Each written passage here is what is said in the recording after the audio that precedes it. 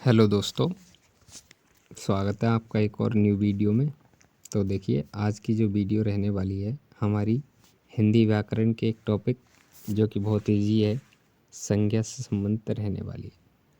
तो देखिए, इसके अंतर्गत हम देखेंगे कि संज्ञा का जो अर्थ क्या है, कितने प्रकार की संज्ञाएँ होती है, कौन से प्रकार की संज्ञाएँ किस चीज़ को जो है दर्शाती है, किस संज्ञा में किस चीज़ के बारे में कहा जाता होता है और किस प्रकार के उदाहरण कौन सी संज्ञा से संबंधित होते हैं। ज़्यादा मुश्किल टॉपिक नहीं है, एक आसान सा जो टॉपिक है और इसमें जो है हम जो भी महत्वपूर्ण बिंदु है उनको देखेंगे। तो देखिए, अगर हम बात करें जो भी प्रतियोगी परीक्षा जिसके अंतर्गत हिंदी आती है उसमें एक क्वेश्चन छोटा सा कहीं ना कहीं से हमें संज्ञा का देखने को मिल जाता है। तो हम इतनी डीपली तो नहीं पढ़ेंगे, लेकिन इतना ज़रूर पढ़ेंगे कि हमारा वो क्वेश्चन जो है गलत ना हो।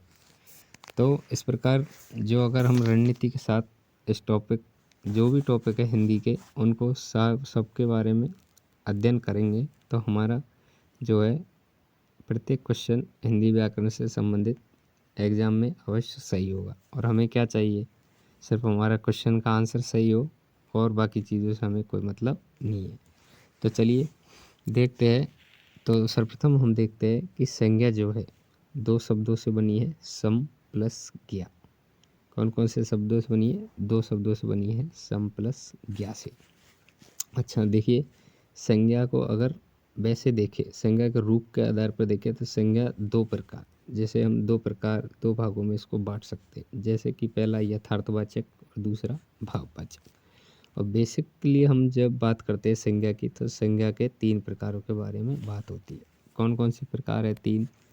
एक होता है अपना व्यक्तिवाचक संज्ञा, एक होता है अपना जातिवाचक संज्ञा और एक होता है अपना भाववाचक संज्ञा। तो इस प्रकार से हम संज्ञा के तीन रूपों के बारे में जानते हैं। तो क्या यथार्थ क्या होता है? पहली बात तो हम देखते हैं कि यथार्थ, अब हम जाति पांचवी के स्टूडेंट तो है नहीं जो कि व्यक्तिवाचक संज्ञा, भाववाचक संज्ञा, जातिवाचक संज्ञा की तीन प्रकार की संज्ञा होती है और बस संज्ञा खत्म हो गई, ऐसा नहीं। अभी हमें देखना पड़ेगा एक एक जो भी कितनी प्रकार की संज्ञा है, कौन सी संज्ञा किस बारे में दर्शाती है। ज़्यादा डिटेल में नहीं पढ़ेंगे, लेकिन इतना तो हम ज़रूर अध्ययन करेंगे जिससे कि हमारा एग्ज़ाम में वो क्वेश्चन गलत ना हो। तो चलिए, यथार्थ क्या होता है? तो यथार्थ होता है वास्तविक, जो दिखाई दे, जो मूर्त और जो दृश्य हो, दृश्य में देखने लायक हो, तो ये होता है यथार्थ। तो यथार्थवाचक संज्ञा। और एक है भाववाचक संज्ञा। भाववाचक के अंतर्गत क्या आता है? जो कि अवास्तविक, मतलब जिसको हम देख नहीं सकते। अवास्तविक मतलब वास्तविक नहीं है, दिखाई नहीं दे। और अदृश्य, अदृश्य मतलब दिखाई नहीं देने वाली जो भी है वो अदृश्य। अमूर्त मतलब कोई रूप नहीं है इसका, अमूर्त है। तो ये है भाववाचक और इधर है यथार्थवाचक। तो संज्ञा को हम बेसिकली दो प्रकार में बांट सकते हैं, जो कि यथार्थवाचक और भाववाचक। और वैसे हम संज्ञा पढ़ते हैं, संज्ञा तीन प्रकार की है। तो संज्ञा है तो तीन प्रकार की, लेकिन हम संज्ञा के भागों की बात कर रहे हैं, तो यथार्थवाचक और भाववाचक।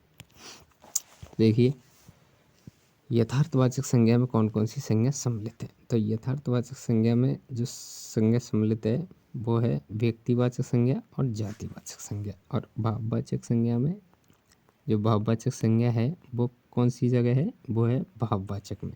यथार्थवाचक और भाववाचक, यथार्थवाचक में व्यक्तिवाचक और जातिवाचक, और भाववाचक में है भाववाचक संज्ञा जो कि एक वचन।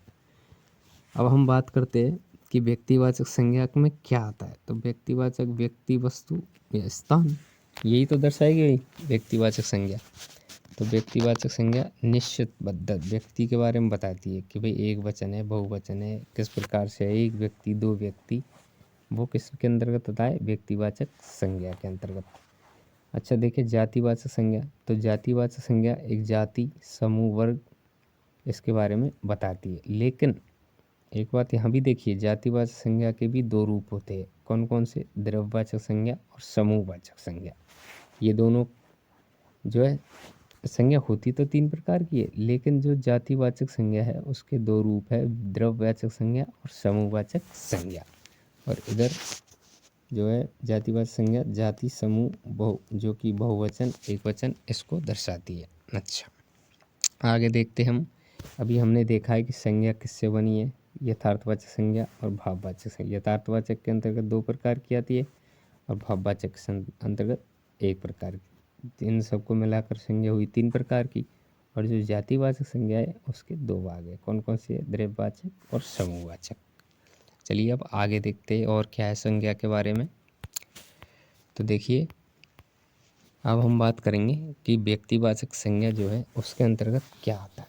व्यक्तिवाचक संज्ञा के अंतर्गत क्या आता है? संज्ञा तो हमने देख ली, लेकिन अब हम देखेंगे कि व्यक्तिवाचक संज्ञा के अंतर्गत क्या है। तो व्यक्तिवाचक जो संज्ञा होती है वो यथार्थ होती है। यथार्थ मतलब वास्तविक में, जो कि निश्चित नाम होगा, किसी व्यक्ति का नाम होगा और निश्चित ये जो है एक वचन होगा। जैसे कि मोहन है, श्याम है, राम है, ये सब क्या है? व्यक्तिवाचक संज्ञा जो कि एक वचन है। तो व्यक्तिवाचक संज्ञा जो है यथार्थ होगी, निश्चित होगी और एक वचन होगी।